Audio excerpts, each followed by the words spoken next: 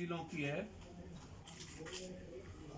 सभी ब्लॉक में शराब बन रहे हैं। 4000 से ऊपर ट्रक डेली बिहार में इन कर रहा है। 5 सालों से शराब पैरेलल इकोनॉमी 8000 से 13000 के बीच है। बिहार को सबसे ज्यादा घाटे का सौदा है और अपराधी माफिया नेता और पुलिस प्रशासन की शराब के द्वारा पूरी पैसा, पूरी राशि बिहार की जनता की इन लोगों के घर में जा रही है। क्या बिहार सरकार आज तक शराब माफियाओं का कोई संपत्ति जब्त किया? कोई संपत्ति। ऊपर से नीचे हमारा सरकार से मात्र 2 बात है। क्या किसी दरोगा के सस्पेंड कर देने से शराब माफिया का सॉल्यूशन हो गया? पोस्टिंग एसपी करते हैं, वहां डीआईजी भी इन्वॉल्व है। क्या एसपी डीआईजी पर 302 का मुकदमा नहीं लगना चाहिए इन मौत के बाद? और क्या उत्पाद मिनिस्टर इसकी जिम्मेदारी नहीं लेनी चाहिए? क्या उनकी बर्खास्तगी नहीं होना चाहिए? क्या वो रिजनेशन नहीं देना चाहिए? ये सबसे बड़ा प्रॉब्लम है, ये जानना चाहते हैं। ये इतना बड़ा मैं समझ नहीं पाता हूं कि 5 साल नीतीश कुमार जी के शराबबंदी को हो गया, 2 करोड़ की शराब लगभग पकड़ा जा रही है। तो क्या कोई डेडलाइन है नीतीश कुमार जी का कि इसके बाद बिहार में कोई शराब नहीं बिकेगी? कोई डेडलाइन? यदि बिकेगी तो हम रिजाइन कर देंगे या हमारी सरकार नहीं रहेगी। पूरा शराब के चलते अपराध बढ़े हैं, बलात्कार के केस बढ़े। हम नीतीश कुमार जी से मांग करेंगे कि विधानसभा में आप घोषणा कीजिए कि आपके सारे दरोगा, सारे पदाधिकारी, सारा नेता का डीएनए जांच हो, ब्लड सैंपल लिया जाए कि 6 महीने के अंदर किस किस ने शराब पी, सत्ता पक्ष से लेकर प्रतिपक्ष तक। मात्र कुछ परसेंटेज नेता पदाधिकारी बचेंगे जिसका ब्लड में शराब की बू नहीं आएगी, अन्यथा लगभग लोग शराब पी रहे हैं। लगभग बहुत क्लियर है। इसकी जांच क्यों नहीं हो रही? और जो शराब माफिया लगातार इस पक्ष और विपक्ष, इन दोनों की जुगलबंदी और इस दोनों की सत्ता का लोभ, दोनों की सत्ता को लेकर के जो युद्ध है, मल युद्ध, जिसमें बिहार के 13 करोड़ लोग पीस रहे हैं कंप्लीट रूप से,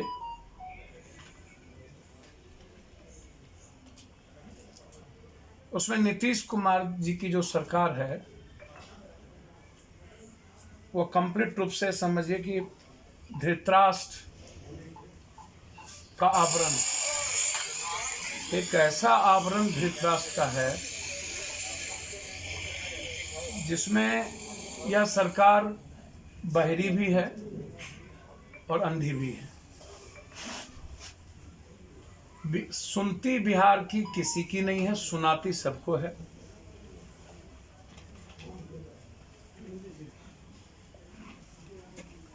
शराब के बड़े व्यापारियों को पकड़ने का दावा नीतीश कुमार जी ने किया, 2 व्यापारी को पंजाब से। हम इस सरकार से मांग करते हैं, जानना चाहते हैं कि जिस व्यापारी को आपने पकड़ के लाया, क्या उसके कोई बैंक खाते, अकाउंट जब्त किया आपने? क्या आपने वो दोनों व्यापारी के आधार पर बिहार में किसी को चिन्हित किया, एफआईआर लॉन्च की बिहार में किसी के आधार पर? जब 200-400 गाड़ी डेली आती थी तो उनके पैसे भी सीज होने चाहिए थे। आपने किया, उनके अकाउंट का डिक्लेयर किया, उनके आने के बाद बिहार में किन किन को सामग्री मिलता था, क्या उसको एफआईआर दर्ज हुई?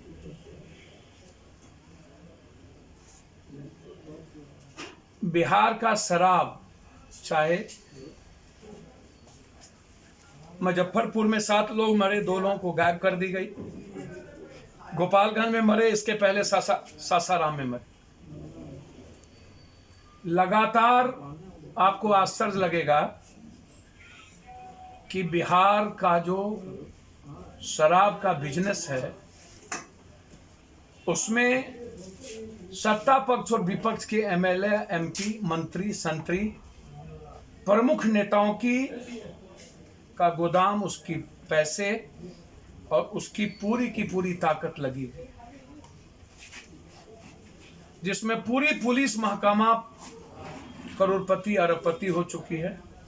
मैं उनसे जानना चाहता हूं कि कृषि में विकास, कारखाने पर उन्होंने कुछ नहीं दिया, नया बिजनेस उन्होंने नहीं लाया और नया निवेश उन्होंने नहीं लाया, तो रोजगार बढ़ाने की उन्होंने व्यवस्था कोई की नहीं। 19 लाख रोजगार, न निवेश, न कारखाने पर पैसे, न बंद फैक्ट्री पर पैसे और नया कोई बिजनेस, तो फिर रोजगार कहां से देंगे वो हम जानना चाहते हैं।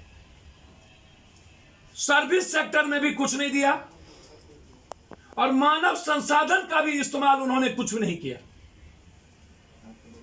कृषि नीति पर भी उन्होंने कुछ नहीं कहा, उद्योग नीति पर भी कुछ नहीं बोला। बीपीएससी का नोटिफिकेशन 2014 में हुआ, 2018 में परीक्षा लिया और 2019 में परिणाम घोषित किए गए, लेकिन आज तक इंटरव्यू नहीं लिया गया।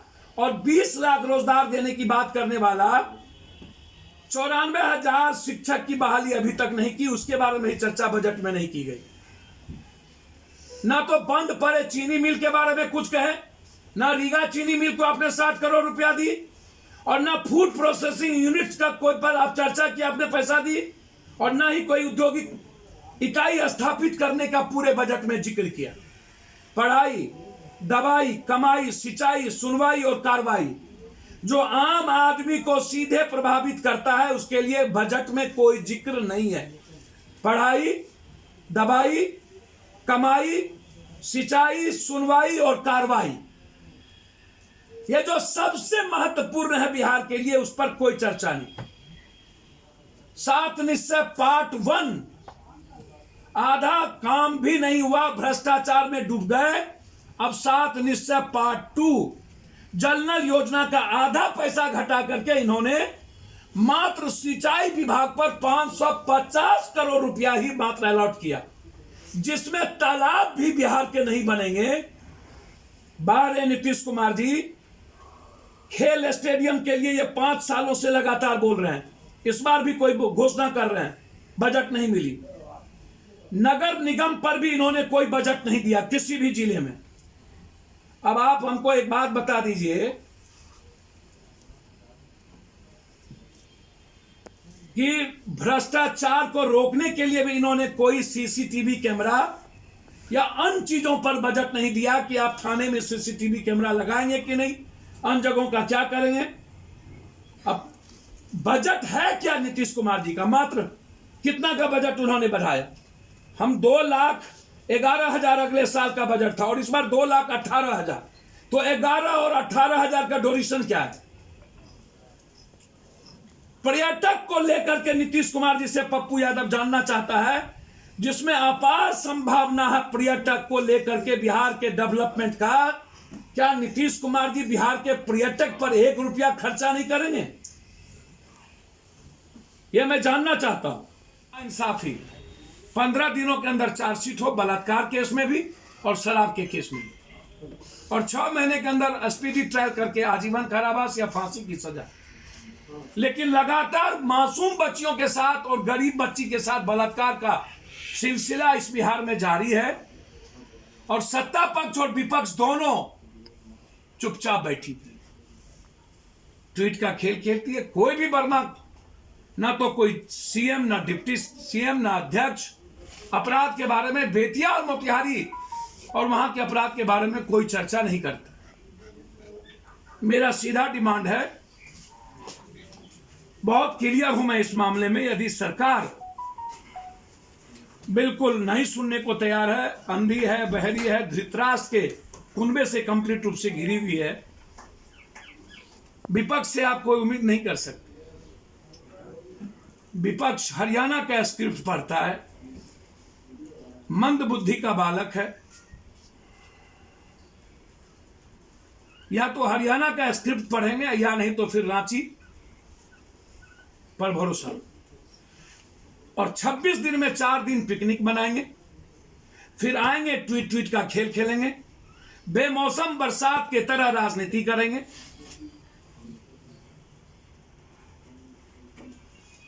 सत्ता पक्ष जब बर्बर हो जाती है तो विपक्ष चैलेंजेबल होता है। सदन में जिस तरीके से मैं क्या उम्मीद करूं ऐसे बालकों से, मुझे तो कभी कभी लगता है कि सत्ता पक्ष और विपक्ष की काउंसलिंग की जरूरत है। एक तरफ क्यों अंधी और बहरी है और दूसरी तरफ ये मंद बुद्धि का विपक्ष, हठधर्मी बालक, अहंकार से डूबा हुआ, जिसमें सत्ता पक्ष और विपक्ष के लगभग भूमिका शराब में और इन चीजों में है। बिहार की इकोनॉमी को नीतीश कुमार जी, जीडीपी को आप मत दिखाइए। आपकी जीडीपी शराब, जमीन की, साहबगंज में अरबों खरबों की संपत्ति सरकारी, वहां के नेता एमएलए एमपी ने जमीन को बेच दिया। लगभग कौसी कॉलोनी से लेकर के सरकारी खास महल की जमीन बिहार सरकार के मंत्री संतरी और माफिया बेच रही, उसमें भी गई इकोनॉमी। खनन मंत्रालय में कंप्लीट रूप से नेताओं का इन्वॉल्व है, उसमें भी गई इकोनॉमी। आखिर क्या कारण है कि ठेका और खनन में, बालू में, जब यह रूल नहीं है कि नेता का कोई रिश्तेदार और नेता ठेकेदारी करेंगे, तो लगभग बिहार का ठेका नेता और नेता के रिश्तेदार क्यों कर रहे हैं?